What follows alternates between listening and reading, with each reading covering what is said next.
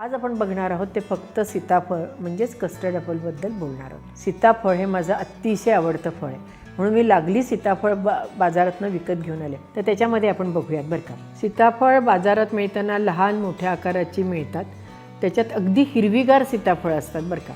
दोन डोळ्यांच्या मधला जो हे भाग आहे हा एकमेकांना चिकटलेला आहे, हो की नाही?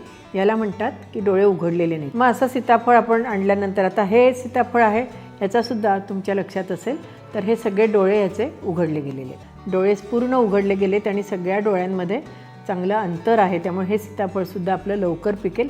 कमी म्हणजे उशिरा पिकणारी सीताफळ खाली आहे, मग त्याच्यावर वरती पिकणारी किंवा थोडीशी डोळे उघडे झालेली अशी सीताफळ आपण ठेवायची असतात। आता बघा ह्याच्यामध्ये सुद्धा याचे डोळे पूर्ण उघडल्यामुळे हे सीताफळ अगदी मऊ झालेले आहे।